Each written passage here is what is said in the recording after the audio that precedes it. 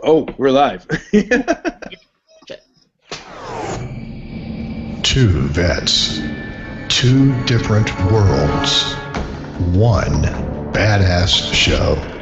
Center Mass with Rob and Silent J, blowing your mind away on the Vet Zone Media Network. What's up, everybody? Welcome back to Center Mass with Rob and Silent J. I'm Rob. I am Silent J. And the world is falling apart at the seams. We've been. I was MIA last week. There's just been a lot of crazy stuff going on in work and life and everything else for me, and it looks like the world has kept pace. Because just because I wasn't here doesn't mean the world took a day off. Because it's been going a little nuts. Jay, how's everything going with you? Oh, it's going great. I'm on the right on the cusp of getting out, and the world is falling apart around me. I feel like I'm an Israeli in the Ukraine right now. I had actually, so one of my old SF buddies posted something on Facebook last night saying, "Well, guess I'm gonna have to learn Russian." So I guess that's that's you know what that means. Well, that's so like I was in 1st Battalion 10th Special Forces Group. That's that's where I kind of cut my chops in the beginning of the Army, and that was the whole reason that they were created and stationed there. You know, that was when we were in the big blue versus red, Cold War days. The idea was that blue versus red Cold War with stateside. Yeah, good point. But that was that original thing was that if Russia ever kind of started moving west, it was our job to go as way behind their lines into Russia and just cause so much hell the Army had to turn around and go home. And so that's a little nuts to see that like now it's, I don't know, again, go back to like the election, the 2012 election, and the comments by Russia or by Obama making fun of Romney for like saying Russia is our biggest threat. Like, I don't know. It sucks to be somebody who can see the cards, right? It sucks to see somebody who has a little bit of a brain and can actually look in the future, because you get laughed at by the morons that seem to make up most of our society and unfortunately are running our country. Yeah, it's weird. I kind of wish Obama would at least stolen Romney's cheat cards and kind of gone off of his talking points. But yeah, job security. Yeah, for the Army. Those cuts. But that's so weird, so when Hillary and Obama were running against each other, Hillary basically did everything but say, "Don't you guys understand he's black?" to kind of like pull ahead from him, right? She pulled a lot of real low blows when they were going against each other, the Democratic ticket, and he hired her as Secretary of State, right? He brought her into his office. Yeah, it's not surprising she lost because her only platform was, "Hey, psst, he's black. I'm a chick." Yeah, good point.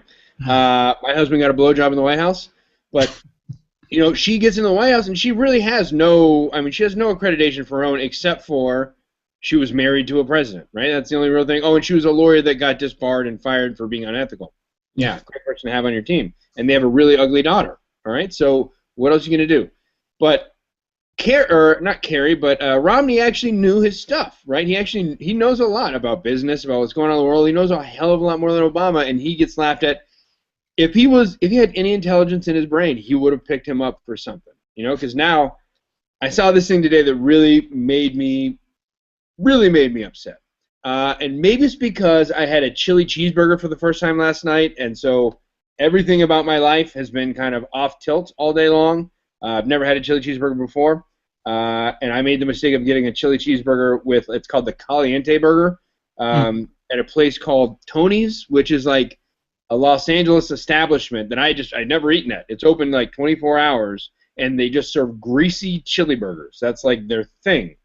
So I, just being the kind of stubborn guy that I am, had to get the chili burger that's got the like pepper jack cheese and jalapenos and onions and like extra like heartburn attack. And I was an hour drive away. I was next to my office. I got out of the office really late. We had like a big event last night. The guy that owns the company wanted to take me out to dinner, and like he grew up near a Tommy, so he loves it. An hour drive home. Within 10 minutes of my drive home, my entire digestive tract was going, "Oh, we're gonna make you pay for that one." So I spent like 50 minutes driving home, just like, "Oh Jesus God, Please help me, Lord Jesus. Let me make it home. Don't want to clean up my car It tomorrow. doesn't even sound good anymore. It used to be that would sound good. You know, man, 5 years ago, if I was in LA right now, I'd have a Tony's burger and then go to In-N-Out and have an In-N-Out burger. Well, Now, it was painful. it doesn't sound appetizing anymore. Yeah, well, and so that's my thing. I think I'm getting to that, like, I don't want to admit that I'm getting older age, because that's the eating thing. But on top of that, I hadn't slept. I had probably slept 10 hours in the past 3 days, right? Because I had just for work, we've been having, we have this big kind of push going on right now. We're trying to double the size of our business, and so there's a lot of things that are going on. And I had, I've actually been promoted several times in the last 6 months. So, like, Congrats. I'm in this new kind of level where I get invited to some of the, like, mid to upper level management things, like, strategic planning sessions and leadership development courses, things like that. And it's really cool stuff. I met a fucking 30-year-old guy that makes $2 million a year on Friday. Is he single? And I just wanted to punch him in his mouth. Except he was a former NFL player, and so he could probably kick my ass. Yeah. Still, the guy was like 30 years old, and I'm 34, and I was like, "God, you fucking kid, do you really deserve to be making $30 million a year, or $2 million a year?" But he left the NFL to do what he's doing now, and he's doing very well. That sounds good. He had his fun, and then it's what I should have done with the Army. Had a few years of fun, and then get out and be a millionaire. Well, the funny thing with this guy is, like, he had some, like, drop-dead gorgeous wife, of course, and, like, all this other stuff. He was a big college football player. Mm-hmm. And somebody, brought him in and kind of introduced him to our company. And he decided he was going to leave the NFL because it was his thing. It was just, like, some people just really, they go, oh, that's my thing. Yep. And so his wife left him. Or I guess they weren't married yet. His girlfriend at the time left him. Because she just wanted to be married to an NFL player. And so he was like, okay, well, this is what I'm doing. You can take the condo. You can take the cars. Peace out. I'm out. And, now he's making $2 million a year, not having to, like, get hit by 350-pound men at full speed all day, every day. And the woman that he was with, I'll just say, to put it lightly, she was rather attractive. We'll just put it that way. And looked like he wouldn't have drowned if he fell in the ocean. We'll just put it that way. It was, yeah. So, like, I've been in all these things and traveling all over Southern California. I had, like, one in Santa Barbara. I had one out in Santa Clara, one in Woodland Hills, one in, like, just all over the place. So, like, when you're 19, not sleeping doesn't affect you at all. You can go, like, 5 days without sleep. Who gives a shit? Yep. But when you're in your 30s, not sleeping a day already kind of gives you that bubble gut. And then the fact that you're barely sleeping and you're drinking like 15 cups of coffee to make up for it, like, I was just straight pounding. I would walk into every meal that I ate over the last 3 days. I would walk in and go, okay, go find the biggest glass that you have. I'm not talking about, like, small, medium, large. The biggest thing that holds liquids that you have in this restaurant, fill it with ice, fill it with black coffee, and then put 3 shots of espresso in it. And I would drink one with a meal, and then I would take one with me back into the thing. So my whole digestive tract was already, like, shot. And then I went and got a chili burger with jalapenos and pepperjack cheese at 2 o'clock in the morning last night. Wow. You know what, everybody out there listening, that something's tilted. Usually I was the one that was doing stuff like that, and Rob was like, oh, you got to eat healthy, you got to do this, got to do that. Look at him, smiling, all smug. He's on the toilet right now. That's why there's a different background. He's broadcasting out of the men's room right now. Yeah, I got the floor warmers on right now. They're pretty nice. As much coffee as I drink, I stay away from espresso. I just stay away from it. I don't know why. Because I know, I'm a child of addiction. I love addiction. Right. I know that's just another thing that I can become addicted to is little shots of heaven. Little energy. I don't do coffee a whole lot. So my grandpa was in the Army for 33 years. He went in infantry. He was in World War II with 10th Mountain. After World War II, he went into an intelligence, and he was in the Army Security Agency. And he was a spy hunter. And so with them, he traveled around the world, hunting down Nazi war criminals and Nazi spies and double agents. Then he went back to Korea, and he went to Vietnam, and he went to Afghanistan, fought the Russians in the 80s. And then he got out. But he got out, he had worked at the Pentagon. He was the commandant of the Army Security Agency for like the last 10 years of his career, I think. But when he got out, he was one of those guys that if he didn't have like that 10th cup of coffee during the day, he'd like get the shakes and the headaches. And so for me, I was like, I don't ever want that because I just don't like being addicted to stuff. And I knew that was something that I'd probably get too. So I was never a big coffee drinker, even in the Army. But for my wedding, because I'm a fan of like, I like coffee to punch me in the mouth. You know what I mean? Like, I just like it to be like, bitch, take that caffeine. So I really, like, for my wedding, I asked for an espresso maker, right? And it just so happened for our, right when we were getting married, Macy's or something had these Nespresso espresso makers for like half price right when we registered. So my parents got me one, and it was like the best present ever. Take a shot of espresso before I go work out in the morning, and it's like just enough to kind of get me going, and then the rest of the day I just drink green tea. But when I have those days and I'm just like, fake it till you break it, just I got nothing left, I gotta go, and it's all coffee. And that's like, I can't remember who taught me that coffee with shots of espresso thing. There's a name for it. You can order it at Starbucks. But boy, I mean, it's like the closest thing to legalized meth that you can get. I mean, it's right there. I didn't start drinking coffee until I was like 30. I pulled like 8 or 9 years in the Army without really being a coffee drinker. And about the time I turned 30, I started to become a coffee drinker, and I was drinking a lot of coffee. And the thing that helped me was my coffee maker broke at home probably about 6-7 months ago, and I got a French press and a teapot. Ooh. Yeah, I love those. I don't make as much. You can't make as much. A coffee maker, it's like, you got, fucking half gallon of coffee. French press, split it is about, I get like 2 cups out of it, and I usually leave a little bit at the end, at the bottom. I don't want that runoff. Yeah. I chew on it. I'm just like, give it to me. Just give it. I'd load it up. I put like 5-6 scoops in for, what should be like 3 scoops.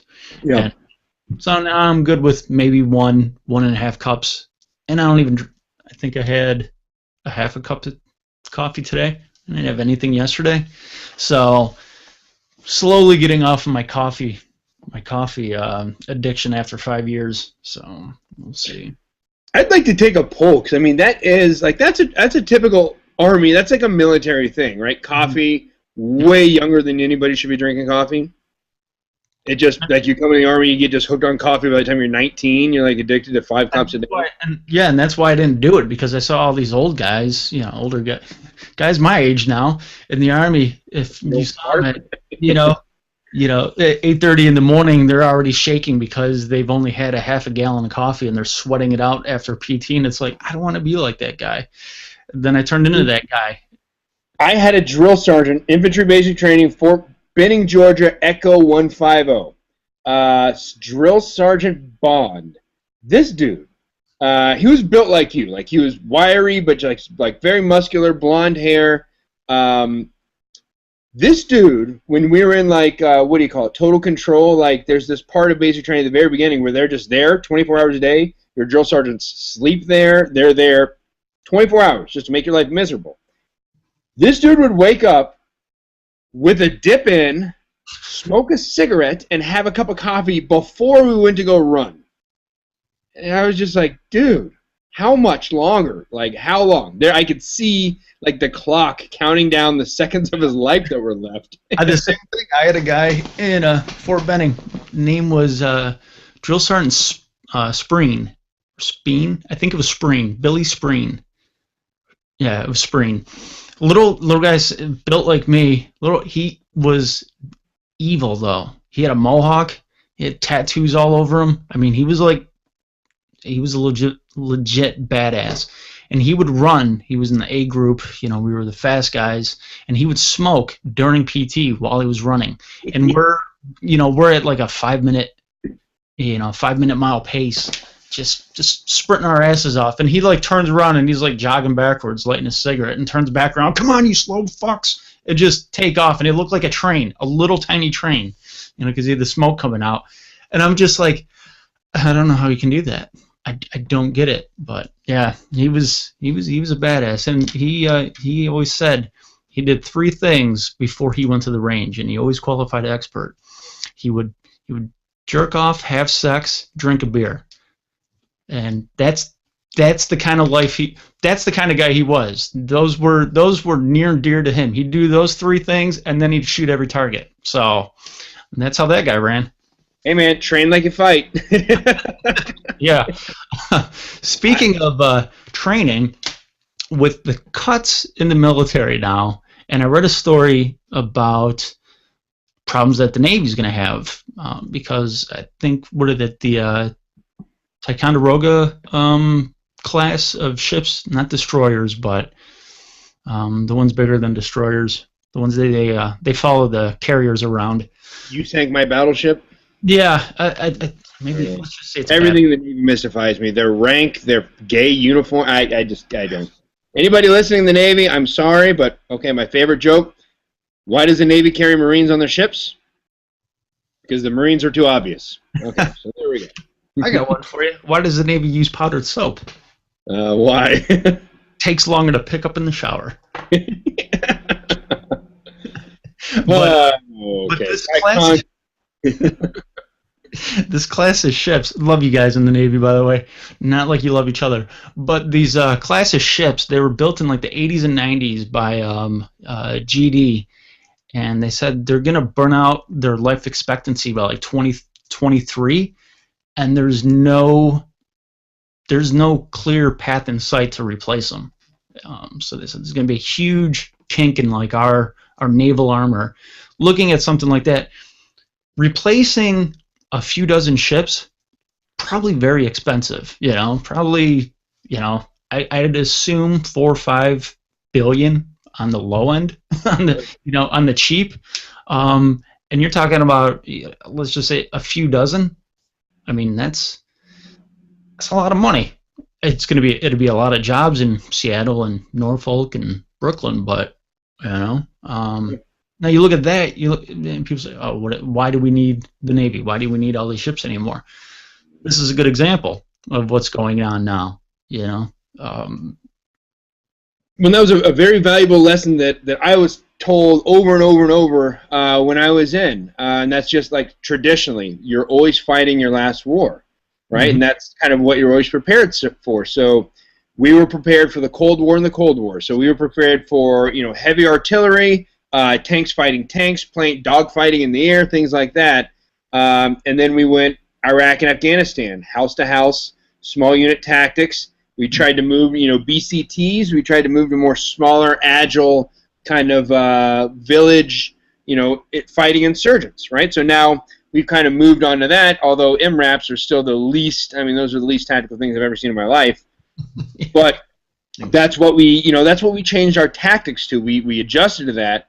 And now everything's kind of based on that, and now we have people going, oh, well, yeah, why do we need to replace these battleships? The Air Force has a lot of stuff that's just dying out. They're talking about replacing the Warthogs, and they've been talking about that for like 10 years. I tell you what, I had my life saved by A-10 Warthog pilots many a time when F-15 pilots and F-18 pilots and other bombers and every other kind of airframe would puss out, and they would come on station. They would make us stop shooting in the middle of a firefight while the enemy kept shooting, but they would make us stop. They would fly around 5 or 6 times. We would lose the upper hand, and then they'd call back and say, sorry, we're not going to drop ordnance. There's too much risk of collateral damage, while the enemy's been basically moving towards us the entire time. A-10 pilots, they didn't care. They would drop Scunion in the middle of a schoolyard, and they would just take, because they were good, because that's it. They're not just dropping bombs. They got that mean mofo on the front of their nose, and they just take bitches out. And I tell you what, the rest of my life, A-10 pilots, anybody out there that is an A-10 pilot or knows an A-10 pilot, if there's a woman listening, I don't think that's our demographic, but if there are any attractive females listening, please, ladies, if you ever meet an A-10 pilot, please take him in the bathroom and just do whatever he wants, because that man deserves it.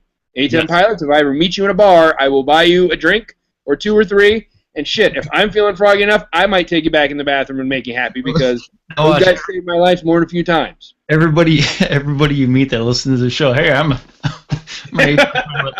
I'm going to require patches for proof. Okay, we'll just put it that way. I tell you what, one group of guys that I owe a lot to, and listen, this is the thing. I've been in the Army for 14 years. I can't remember shit. What were those little bubbly helicopters? Were they destroyers? Those little black bubbles. They look like Blackhawks? Oh no, the little birds. little birds. Those things. Telling you, saved me from cleaning an extra barrel in a saw. Immensely. I owe a lot to them too. I was in Iraq and we were taking fire from like a field. I don't know what the hell they were growing, but it was tall enough where it's like, okay, we're out in the open. I can't see them at all. I can mow down as many crops as possible. Air support was called in. The little birds came down, nose down, just freaking mowed everything. Saved a lot of work for that farmer. Harvested everything in there, and then there was a safe house in the middle of this field, and they tore that shit up. So those guys are awesome, bunch of badasses. So if you're a pilot and you're a badass, props to you. If you're a pilot and you're a prick or a puss, you suck. Yeah, and they have, I've met. My dad flew A-4s in the Navy. My cousin was a Top Gun pilot in the Air Force. He flew F-18s. We got a lot of pilots in our family, and then after my dad got out of the Navy, he went to the commercial sector, so he has a lot of friends that were military pilots. Some cocky sons of bitches. And so that was my thing. And from now, after my first trip to Afghanistan, anytime I meet a military pilot, that's, because they are cocky. Yep. And so that's my first question. What do you fly? And if the answer is anything but besides A-10, I go, oh, well, then you don't matter.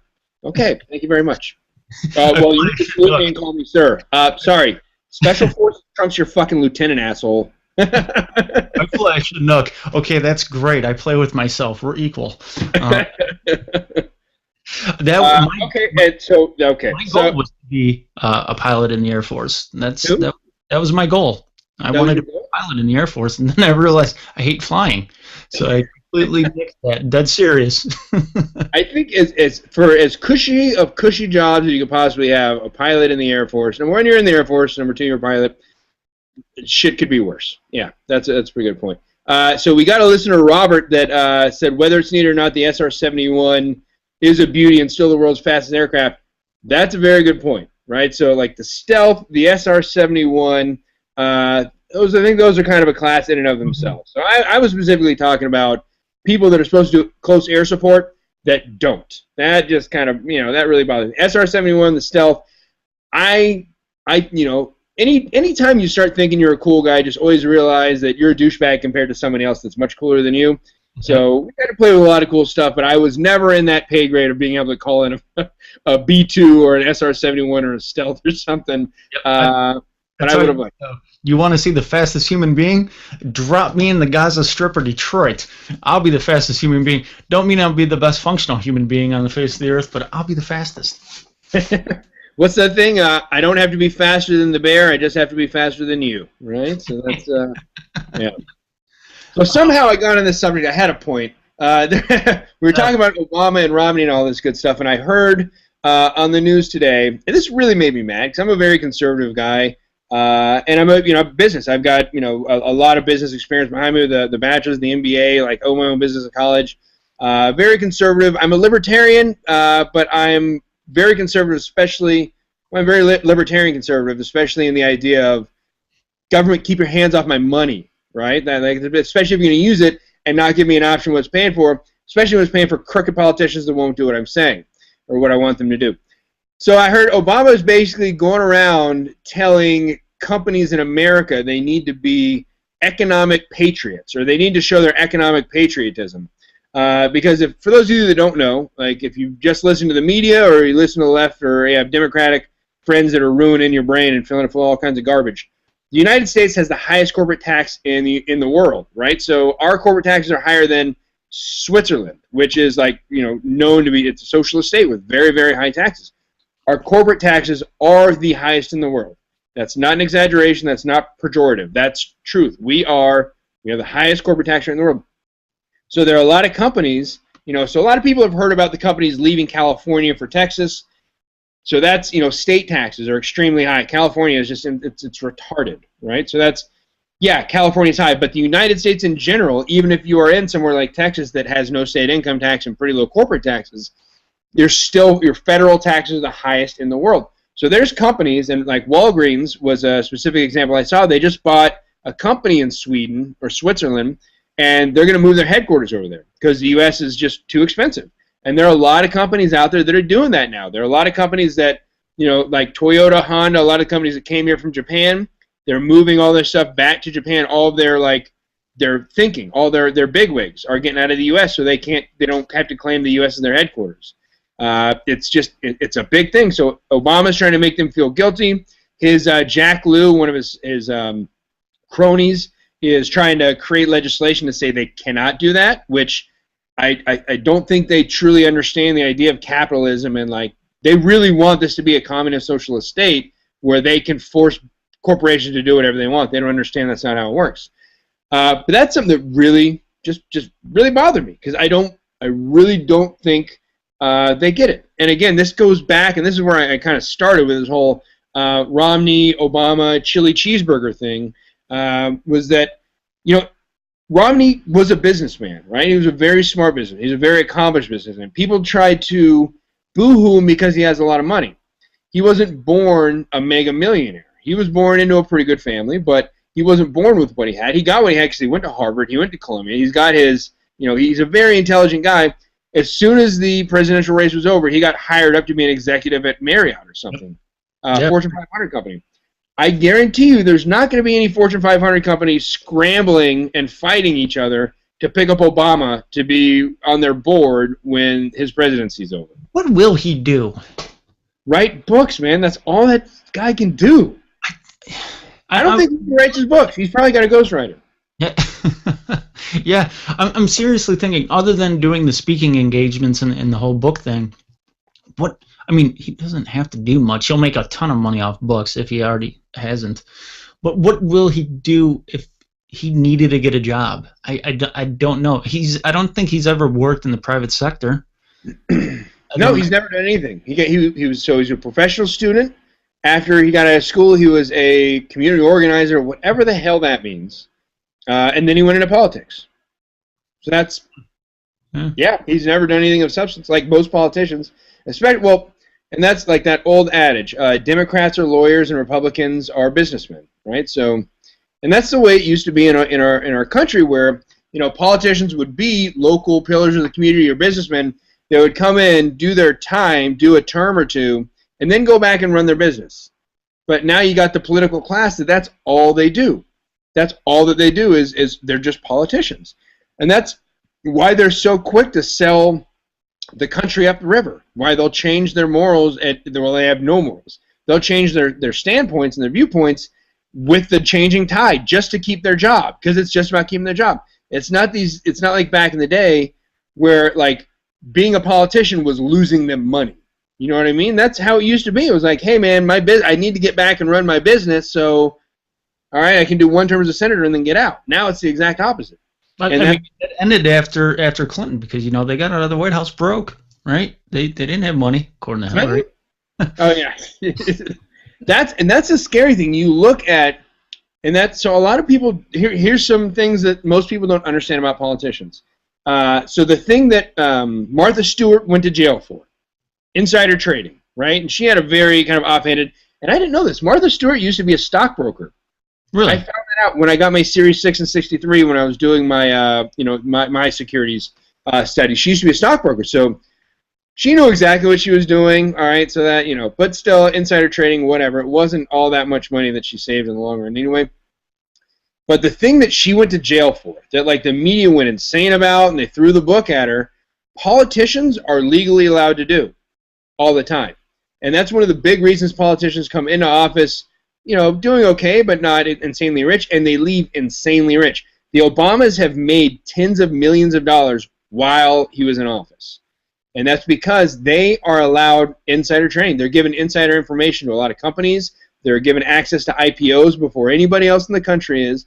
They're allowed all of this stuff. They know what's going on. They know when the Fed's going to change interest rates, and they're allowed to act on it. They know when different parts of the government are going to go against the company, and they're allowed to act on it. And that's insane. If any one of us did that, we would go to jail just like Martha Stewart. Well, not just like Martha Stewart. We'd probably get raped a little less, but, we would be in jail. Oh, I'm screwed. I'm pretty. Martha Stewart, if I was in a bar late at night, and I don't know why she would be in a bar, but if she gave me a wink, I would. Martha Stewart, but not Rachel Maddow? I would punch Rachel Maddow in the mouth. Listen, politics aside, Yeah. I don't know. Martha Stewart, that'd be kind of... Now, she's got that, like... Because I'd want to watch porn. She'd want to go on Pinterest. Have you ever seen the South Park, How to Eat with Your Butt, where they, like, eat with their butt? No, I never saw that one. One Okay. of the few I haven't seen.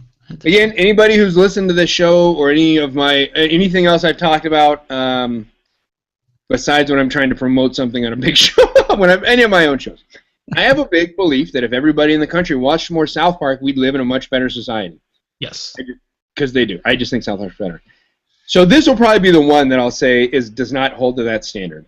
There's one where I can't remember what it is, but Cartman is like, if I shove food up my butt, I'll crap out my mouth. And nobody believes him, so he does, and he does. I think I've seen that.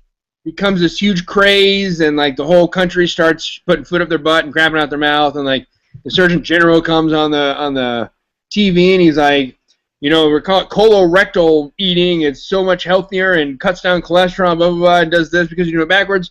And I'm basing this on absolutely no scientific evidence whatsoever. And then there's this little like bit where they have Martha Stewart, her cooking thing, and she's making a turkey. And then she's like, okay, the turkey's coming out. You got to let it sit overnight so it cools, and then tie it with string really tight, and then we're going to cover it in KY jelly. And then they have her like sit it up on stage, and she like straddles it and just gets it up there. Yeah. So Nice. after seeing that, I think Martha and I need to meet. Yeah, I'll give it to you. After that story, yeah, definitely. Yeah. But back to the economy. economy. Yeah, just that quick turkey and anus timeout. Well, it's very closely correlated to the stock market and insider trading.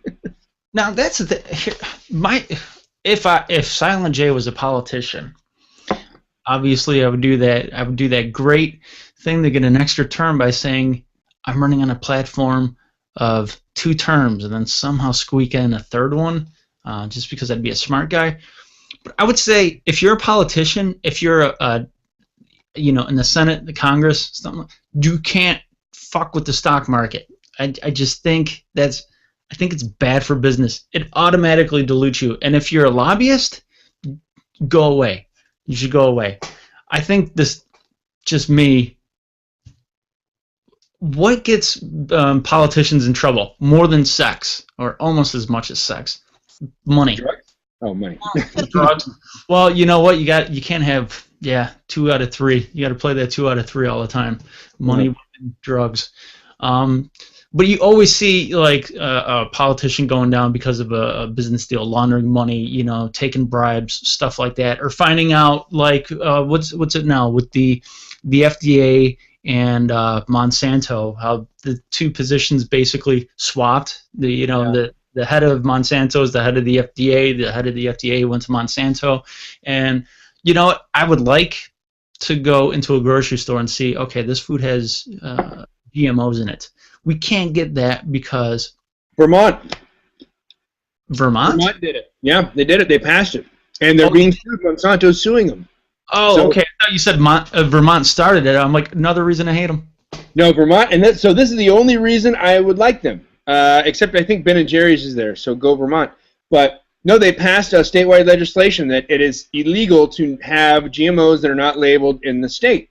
And they're collecting a state fund now because they don't have a whole lot of money compared to like Texas or Florida or other good fine red states. But so they're putting together a fund because they're expecting Monsanto to come at them full bore. And because Obama is basically getting paid by Monsanto and lobbyists and things like that, they're expecting the federal government to probably back Monsanto rather than their own people. So they're putting together a state fund and expecting it to go full bore. But you got to look at that. I heard a back and forth on the radio about this because what do you think would look worse for Monsanto? Like allowing the state to do that, and they could just go, who cares, and let them get away with it, and make them, because it's Vermont, like, really, who gives a shit? A bunch of Birkenstock wearing, Subaru driving, cheese eating lesbians, right? Who really cares?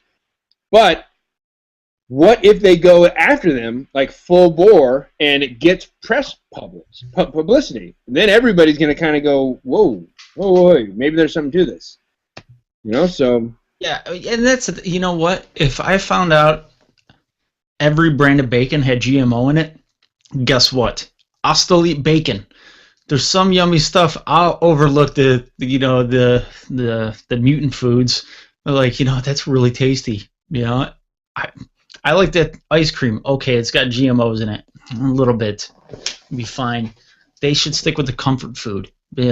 Just the food like, hey, listen, okay, fine. Put GMOs on the label, but we're going to corner the market with Pringles, bacon, and ice cream. And you got me as a customer. Well, that, there should be something to say that. So, there's that idea of the sin tax, where they put an extra tax on cigarettes and booze and prostitutes and whatever. I think that should be okay, because you're like, you know what? Bacon's going to kill you. It's going to kill you, right? So, yeah, why not? And actually, so this is one of the good sides of GMOs. They were doing research, and I think they've come through with it, but they were doing research to be able to put omega-3 fatty acids into bacon. They were finding ways to make hybrid pigs that had basically, you could eat bacon and get the same benefit as eating salmon, right? So that's kind of cool. But, like, leave my vegetables, my broccoli and all that stuff alone, especially if it's labeled organic. And that's the thing that really bothered me, because Whole Foods, they say they were forced, but Whole Foods is just a corporation like everything else. But they say they were forced to have to put stuff in their stores and not label it if it was a GMO. And that's sneaky, right? That right there is sneaky. So I think that's no. But same thing, Pringles, bacon, Coca-Cola, all this other crap, like, you know what you're getting into. You know what I mean? You know what it is. But if it says organic, it should be 100% illegal. Or if it's in Sprouts or Whole Foods or whatever, I don't think they should be able to do it. But speaking of killing you, speaking of all this stuff, and speaking of the economics, I know, like, we got stuff that we want to get on to, but there's something I just got to cover because we saw this when we were talking before the show. But on this idea of, like, a sin tax and like, stuff that's going on, and, like, you should know better. I saw this in the news, and this kind of bothered me. It kind of ties in with Obama not understanding business or economics, and, like, believing that his role is to interfere with business, right? And this all kind of comes from this society that we're creating that's going to scare companies away from the United States. The largest United States, second largest U.S. tobacco firm, R.J. Reynolds Tobacco Company. So they're the big one. I think they own Marlboro and some other ones. Yeah, and then like Kraft Food and a bunch of other. Yeah, it's a big one. There was a widow in Florida who was just awarded $23.6 billion for a court settlement because of her husband who died of lung cancer. So that's a little nuts. The case only lasted 4 weeks in Jacksonville, Florida, which is, that's actually, I was born in Jacksonville. And one of the lawyers for the widow said the jury wanted to send a statement that tobacco cannot continue to lie to the American people and government about the addictiveness of and the deadly chemicals in their cigarettes. That's a little crazy. $23.6 billion. So the original settlement, what she was asking for, was $17 million. So the jury decided that the company should pay $17 million. And then they added another $23.6 billion in additional charges on top of that. Did they just inadvertently screw that lady over? Because it's going to be tied up in appeals for the rest of her life? I think $17 million, Big Tobacco will be like, all right, we'll have this go for $17 million. That's fine. $23 billion, $24 billion, more time in the public eye. That just seems ridiculous. And the fact, I mean, we all know. Listen, I don't want to shock anybody, but this is breaking news. Cigarettes are bad for you. Well, and this is what gets me. This is what drives me crazy. So after the cigarette lawsuit started, there was a guy that drank like 2 gallons of whole milk every day for like 30 years, and when he got a heart attack, we had like cholesterol or whatever, he tried to sue the American Dairy Farmers Association. There's got to be a point, and there's a legal precedent. I've taken business law classes. There's got to be a legal precedent, and there is. It's supposed to be in existence, where the court is allowed to say, "Hey, dumbass, stop being a dumbass." You know what I mean? Like, anybody out there that's ever smoked a cigarette, you know it doesn't. You don't feel great about it at the end of the day. Like when you cough, you just don't go anymore. When you're coughing up a lung every time you cough, you know something you're doing ain't quite right, right? Unless you're homeboy that can run 5-minute miles while he's smoking, you know, the vast majority of us know it makes your throat hurt. It makes your, lungs hurt. Makes the color of stuff that you spit up very different. You know it's not good for you. You just know it's not good for you. Mm-hmm. And so for somebody to come back and sue a company for that, that's if I went and bought a bottle of Jack Daniels every day and just drank a bottle of Jack Daniels from morning to night every single day of my life, and then tried to sue Jack Daniels when I just ran over a busload of school kids or did something stupid, like they would look at me and go, "Hey, dumbass, stop being a dumbass." So why are you allowed to do the same thing with cigarettes? I don't get that. I think because so long the tobacco industry, and I thought this stopped in the 90s. For so long, the tobacco industry, you ever watch Mad Men? When they're trying. I know people are going to call me again, dumbass, stop being a dumbass. I never watched Mad Men. Never seen it. You'd be that show would be. You should have been on that show. Serious. Well, there's hot Asian chicks on that show. Oh man, I mean, every scene somebody's getting drunk or having sex or smoking a cigarette. That's every scene. And then they talk a little bit about marketing and business and corporations and stuff. That's how marketing and business and corporations are, is getting drunk. Yeah. But I forgot the maker, the cigarette brand. They use some actual brands. I think it was like Pall Mall or something like that. And this cigarette company is going to kill us with their advertisement. What are you going to do? And they're talking about like the T-zone. Tongue, throat, and taste. And this cigarette is better for your T-zone. 8 out of 10 doctors approve that this cigarette helps your sore throat. I mean, that right there, that's some sneaky shit. Maybe, just maybe, I understand why some people can't stand marketing and business and capitalism and corporations. That's the 50s prime example, 60s prime example. After, we kind of became smart to what was going on around us, the gig's up. You know what? If you drink too much, you're going to die. If you smoke too much, you're going to die. If you eat too much McDonald's, you're going to die. If you drink 2 gallons of whole milk a day, I feel bad for whoever's washing that dude's laundry. You know what kind of anal seepage she must have had? Damn, I bet he has udders. I bet his tits turn into big old man tit udders. Just the anal blast, the dairy farts, coming out of that. That's just disgusting. We know better. Hot coffee warnings on hot coffee.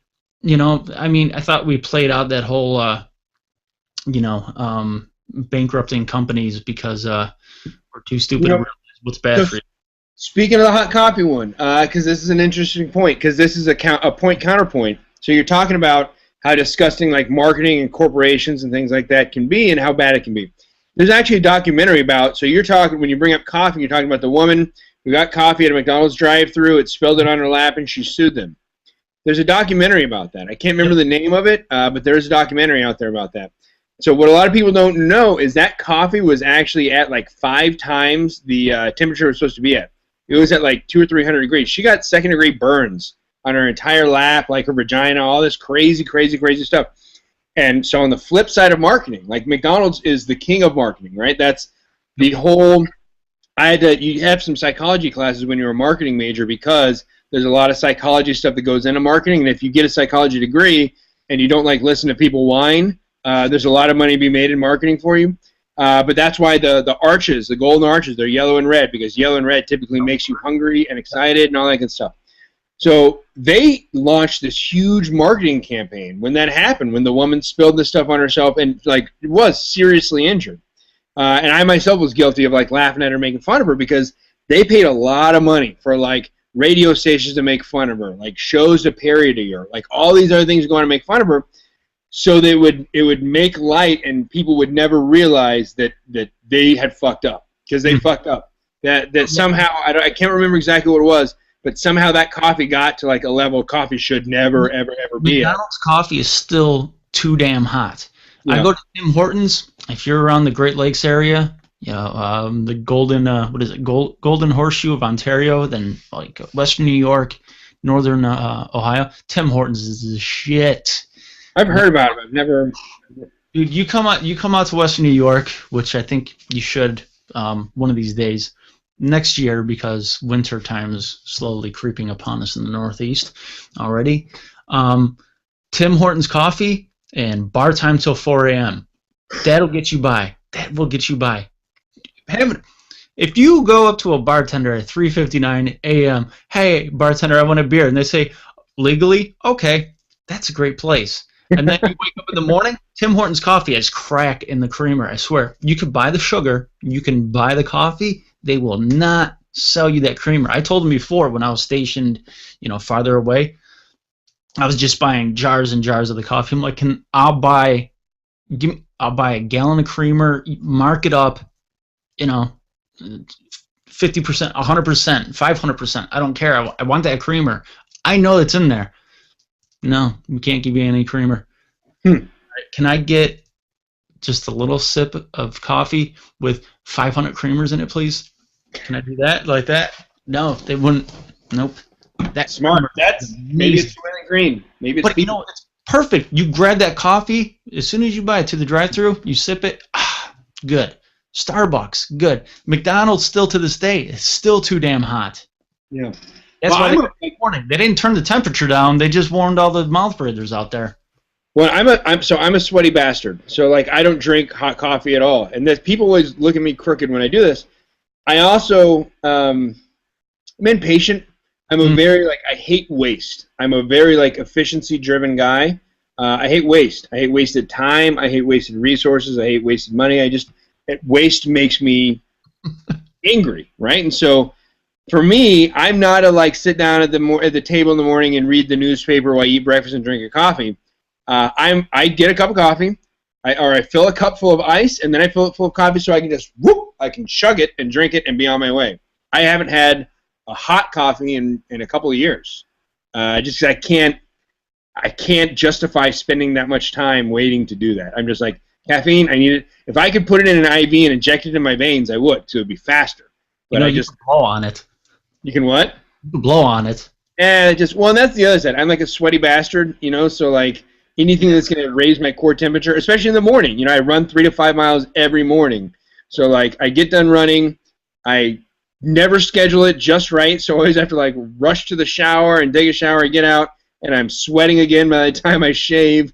And so just like you get in the car, put the AC on full blast right in my face, and just by the time I've stopped sweating, I get to a Starbucks, and if I drink a hot coffee, it's like all over again. It's weird. I don't sweat. I sweat like a monster. I drink a lot of water too. I've already had, you know, I got this bottle of water. I don't know what size it is. It's pretty big. It's the rich white people water, I call it. Oh, Voss? Yeah. Yeah. Well, see, me, like cheapo me, I buy one, and it's glass, so I just reuse it 1,000 times. That's what I do for the show, but I usually buy 1 or 2 a day, and I'll fill it up at work. I've already had half a bottle since we sat down. I'll finish off the bottle before bed and then wonder why I pissed myself. But I drink a lot of water. I'm scared of being dehydrated ever since we had that revolutionary diet guy. Yeah. Ken? Yeah. Ken Pautuk, I think his name was, but Ken, he was like, you know, the major problem in America is we're extremely dehydrated as a society. Ever since then, I drink a lot of water. Drink a ton of water. It's been really, really muggy and hot here. You'd look like a freaking puddle walking around with the humidity around here. I don't sweat. My coworkers, sweat's just dripping off of them. And I work out in the shop. We don't have any AC or anything like that. I'm in my cage with my computer, and it's really hot. No breeze, hot as piss, and people are just walking around drenched. I don't sweat. It's weird. I can enjoy a hot cup of coffee on a hot morning and not sweat. No, sir. Not me. But it's weird, though. After I run a couple miles and I'm not sweating, it's like, I don't know. I think I'm broken inside. In more ways than one. I tell you what would make you start sweating, because this is, when we were talking about hot, like this is about as hot as it gets. You know, you titled the show. This show is titled, you know, World in Crisis or World Issues. Mm-hmm. There's a lot of stuff going on in the world right now, right? So one of those, everybody's favorite place. You know, we thought they finally had it together. We thought, you know, we had finally settled this whole peace in the Middle East thing. It looks like Israel and Gaza are at it again. Who would have ever thought? Who would have thought? I mean, I thought they were like besties, and they were like exchanging Twitter messages back and forth, and they were like having sleepovers at each other's house. And sure enough, you know, what was it? Somebody got beaten up. An Israeli kid got kidnapped, and then some Palestinians killed him, dropped him off, and then some Palestinian kids got the shit kicked out of them on national television in Israel. And then Hamas started firing rockets at Israel, and then Israel was like, okay, we can play that game. And so full-on ground invasion. They're just killing people left and right. I don't know, man. What do you think? I think it's, I don't know. People that have never been to the Middle East and have never seen that, like, you got to understand, a lot of Middle Easterners really are, and like people think that we're just assholes when we say this, but take like a 4-year-old kid, because I got a 4-year-old, so I can tell you, this is exactly how it is. Get 2 4-year-old boys together and do whatever you got to do to instigate one to punch the other one. And you will see exactly what happens in the Middle East. Because they just fucking whine, right? It's just whining. It's just one going, well, he hit me, so now I got to hit him. Or now I'm going to do this. But they just whine. And this is the thing that kills me. Because, like, you know, Hamas, if I'm a little, like, piddly-ass, like, quasi-military that, like, my biggest, like, artillery or my biggest cavalry is a fucking donkey with a dude and an AK on the back, and I launch missiles at Israel, which is, like, a full-blown military power, I think something's going to happen. Like, wouldn't you expect some kind of retaliation? But it's like they act like, what? Oh, my God, why are they invading us? Why are they doing this? Why are they bombing our cities? Why are they bulldozing our houses? Yeah, and that's the thing, like, the Hamas, I'm not going to say all the Palestinians, because the West Bank is fine right now. They're like, see, so those fuckers down in Gaza ruining it for us. So you got Hamas and their charter. I read their charter today because I got into an argument with somebody on Twitter, which I like doing on a Sunday afternoon, drinking coffee, not sweating. So this guy, he's like Zionist pigs, Zionist, you know, he said Hamas is not against Jews. They're against Zionists. No, they're not. So I'm like, I want to rebuttal this guy, but I want to know what I'm talking about. So I read the Hamas charter, which I'm probably going to get a knock on my door because I shouldn't have read that on my phone. And I read the entire charter, and they want to kill Jews. They want to wipe all the Jews off the face of the earth. That's why I'm in a basement right now.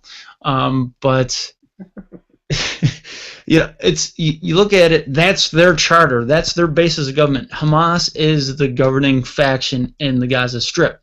Part of their constitution, I guess you would say, is kill all the Jews.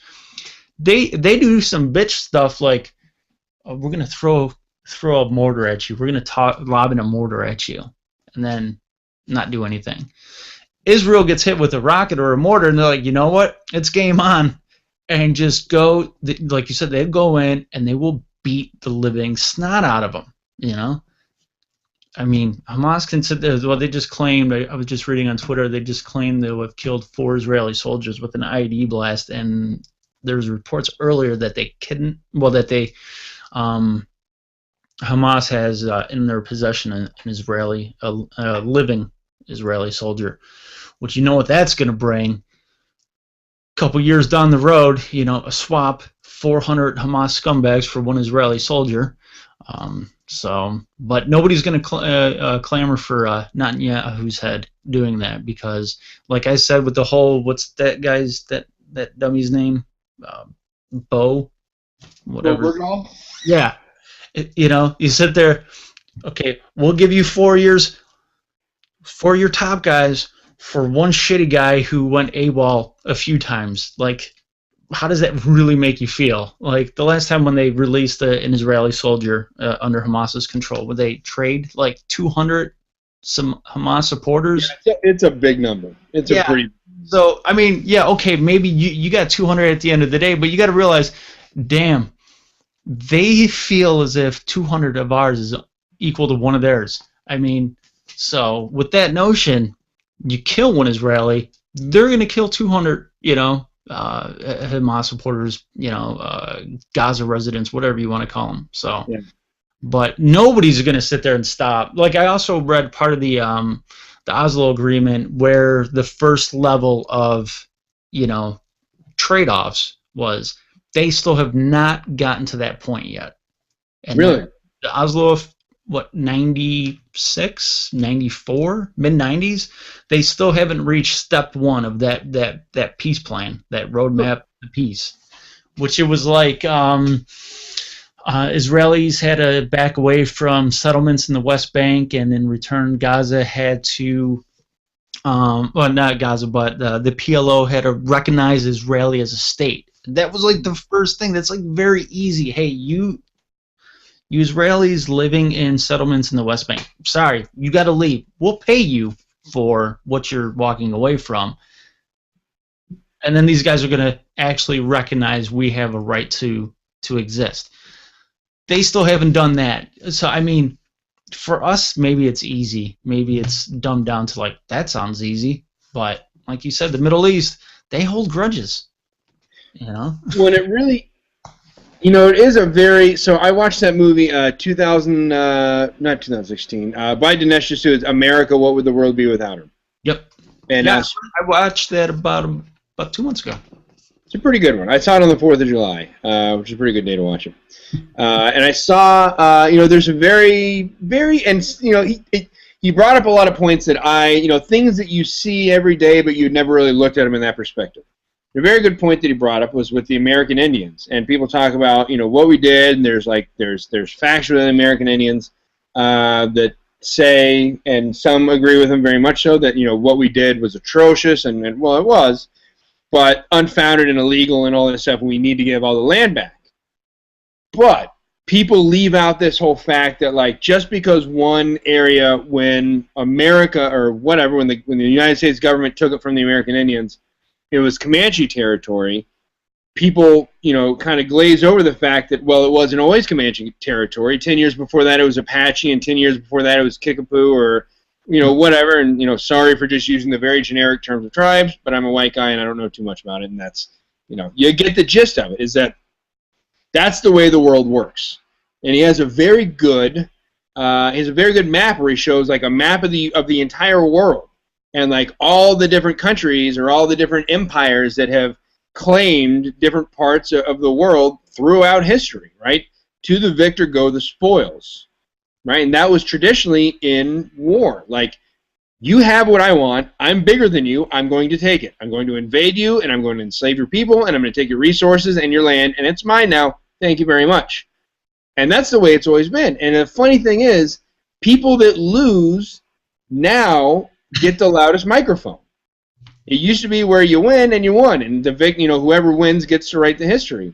But now the people that lose are the ones that get to bitch, because they bitch a lot louder, and that's just the way it is. And that's the crazy thing. Like Iraq, people say we went to Iraq for oil, and that was it. We went in there, we spent billions of dollars. China got the oil rights, yet people still say that war was all about oil because they don't know, because they're Democrats. They don't know what the fuck they're talking about. Should have done. You should have went in there and you know what, Iraq, no more. These are new borders. Okay, here's Kurdistan, here's the Sunni area, here's the Shiite area. You are separate countries now.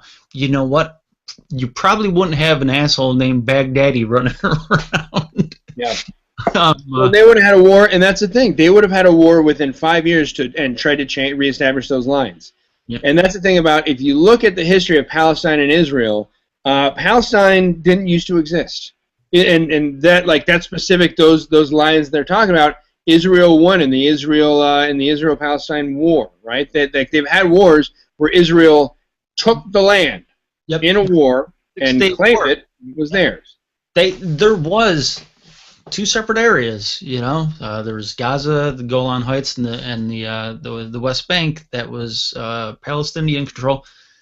Jordan, Egypt, and Syria tried to fuck around, got their asses whipped, and Israel, we're taking the West Bank, we're taking the Golan Heights, we're taking the Gaza Strip, and we're taking the Sinai Peninsula as well. You want to screw around, and they did that, and then they lost the war, I think, like 8 or 9 years later, and then they won another war. So, I mean, if they wouldn't have fought in the first place, there would be two separate recognized states. Theoretically, everything could change. But if you didn't fuck around to begin with, you might not have the problems you have now. I still blame this all on England, by the way. Yeah, I told you about my buddy from SF that wants to write a book called like England Screwed Us All Over, because there's all these arbitrary territory lines.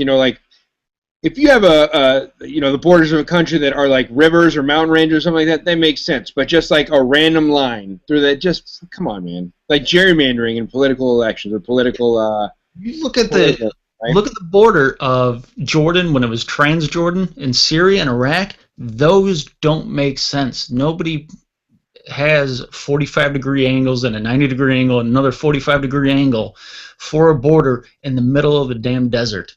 There shouldn't be any of that. Those borders are goofy. You look at Iran, makes sense. They have some squiggly borders like, okay, that's a river, that's a mountain range. I get that. Kuwait, what the hell is Kuwait? Kuwait's the dingleberry of the Tigris and Euphrates River. I don't know how the hell they got there. All those countries are messed up. So the UAE, can you name any emirate? This was a trivia question at a bar a few months ago. Can you name any of the emirates in the United Arab Emirates besides Dubai and Abu Dhabi? Qatar. Okay, and Qatar. I think there's like a dozen of them, and there's 3 of them that people know of. I was there. That's why I knew that one. Yeah. I think those are the only 3 I know. Yeah, and there's a ton of them, and people just generally don't know what the hell any of the ones are. But that's the same thing. Like, shouldn't that just be one area? Really? Yeah. They're all the same tribe. They all come from the same bloodline. Aren't we past the whole city-state thing? I mean, come on, that's so Vatican City. Yeah, but so Israel, Palestine, Hamas. I don't know. I thought they had it all worked out, man. I don't know. My idea of humanity has been shattered. I can't believe. I thought Eastern Europe kind of settled down. Look at all that. I mean. Yeah. So that kind of pisses me off because a big thing. I hadn't really announced it too much. I just wanted to make sure we were getting closer. But that's Tactical 16. Eric and I are going to be on Fox News to talk about Tactical 16 and all the great stuff that it's doing for veterans. We were supposed to be on today at 10:50 Eastern Standard Time. Yep, 1:50 East. 1:50 Eastern Standard Time, 10:50 Pacific where I am, and we got bumped for the Ukraine thing, the Ukraine plane crash, and I hadn't, because I had a crazy week. So when the producer emailed us back and said, "Hey, can we reschedule this for next week because of the Ukraine plane crash?" I was like, "Fucking plane crash? And are you kidding me? Like, who gives a shit?" And then I actually figured out what happened. Yeah, it's weird. Still don't know. I mean, listen, if Russia had anything to do with it, I mean, separatists. But if those separatists were backed, I think you might see some quick peace between Russia and Ukraine, aka the rest of the Western world. If it was any inkling that Ukraine might have been responsible for it, by Ukraine, I'm gonna have to change the coat of arms up on my crest in my living room. Okay, get rid of the Ukraine right there. I saw the. I saw, that, so I was in Santa Barbara for a thing on Friday, and after like 3 hours of sleep, I woke up with like an entire pot of iced coffee and that on Fox News, and I was hearing a lot of a lot of the stuff they were going over about that, and I didn't realize you hear about that, but like a civilian plane that was downed, but it was downed by, so it wasn't just a dude with a Stinger missile sitting out in the middle of the desert like they're doing in Afghanistan. It was a true like a missile launching platform. One of the ones that like they were saying it's like a 26-month training thing to operate one in the U.S. Army. But a very important part about that is that civilian aircraft have they have a squawk. They have a little ping, right? So somebody that knows what they're doing, military and civilian aircraft now have friend or foe identifiers. So they have a thing where you can pick up, is this a friend or foe, civilian, military, what's going on? Of course, if it's a stealth, there's certain kinds of technology out there that just flies completely outside of that. But an airline, a civilian airplane, has a very specific squawk that lets you know, hey, I'm civilian, please don't blow me out of the sky. And so that was a big thing they were saying, like, you got to look at that pretty carefully, because that means either the person whoever did this, whoever was ordered to take this down, was trained very well to be able to use this piece of machinery, to be able to use one of these missile platforms and bring down an airplane. It's not something that just some Joe shit the ragman can pull out of his mud hut one day and do. It's a very specific thing that you got to have some training on. And so either they were told, hey, just blow it out of the sky no matter what, or they weren't intelligent enough to figure, to understand what that squawk is. But the second one doesn't make a lot of sense, because if you have enough training to be able to launch one of these things and actually hit something, you should know how to use the friend or foe identifier, because that's a very big part of the thing. Well, the word out on the street, what I heard the other day, was that, and this kind of plays into the best worst tweet of the week. There was a conversation picked up on Twitter from possibly the group that shot this plane down, thinking it was a Ukrainian cargo vessel, a military cargo plane. They posted a YouTube clip first, right? YouTube or Twitter. So that's the best. Listen, when you're on Twitter, if you're shooting down planes at 30,000 feet, stay off of Twitter. So that's the tweet of the week. Ukrainian rebels or Russian separatists, get off Twitter. Listen, I don't have a dog in the fight on that one. Stop it. You're making yourself look. You could be the good guy, and you just made yourself look like the bad guy. You just took a selfie, the equivalent of a fat girl selfie, by tweeting that you just shot down a plane. Yeah, it was. I remember hearing about that now. Yeah, it was Russian separatists that had their thing, and they took a YouTube clip of it, they posted it, and then as soon as like the report started coming out that a Malaysian civilian airliner had just been downed, they pulled it off. But it was too late, because people don't understand that about the internet now. The way the internet works, like I can post something and delete it, but it will forever be archived. Yep. The second you post something on the internet, like it is there. There is like a carbon copy of everything that's ever put on the internet ever. So just because you pull it down doesn't mean it's not there anymore. Just so you know, that Russian separatists that are shooting down planes and putting stuff on YouTube. And remember that if you're not really packing and you're posting dick pics, make sure you get a good angle. Give yourself some favorable lighting. And play with yourself for a little bit first, and make sure you're watching something very interesting, because you can lose it before the flash goes off. Just so you know. One quick thing to add on to the Fox News thing. Hopefully that happens next week. Thank God it weren't booked for CNN, because they have a guy like, I know all about Malaysian Airlines. We just covered it for 5 months. That's the Situation Room's going to be all about again. Screw you, Wolf Blitzer, and your annoyingness. Yeah. But the oldest radio station in the U.S. is KDKA in Pittsburgh. And yep. Eric and I told him I don't even want to talk. I just want to go there and look at stuff and touch buttons. I'm going to be at KDKA Tuesday morning talking about Tactical 16. That's awesome. So, yeah, he gets to talk, and the radio junkie, ham radio nerd in me, I get to go to the oldest radio station and look at buttons and knobs, and hopefully I don't lean on something or spill something. So, win-win. yeah, it'll be a win-win, definitely. So, yeah, that'll be a pretty cool one to see. Yeah. So that'd be awesome. And here I am. I've been in this area for a year and a half. He's like, KDKA. I'm like, the TV channel? He goes, no, the radio station. They do have a TV channel. I didn't realize they also had a radio station as well. So that's how much terrestrial radio I listen to.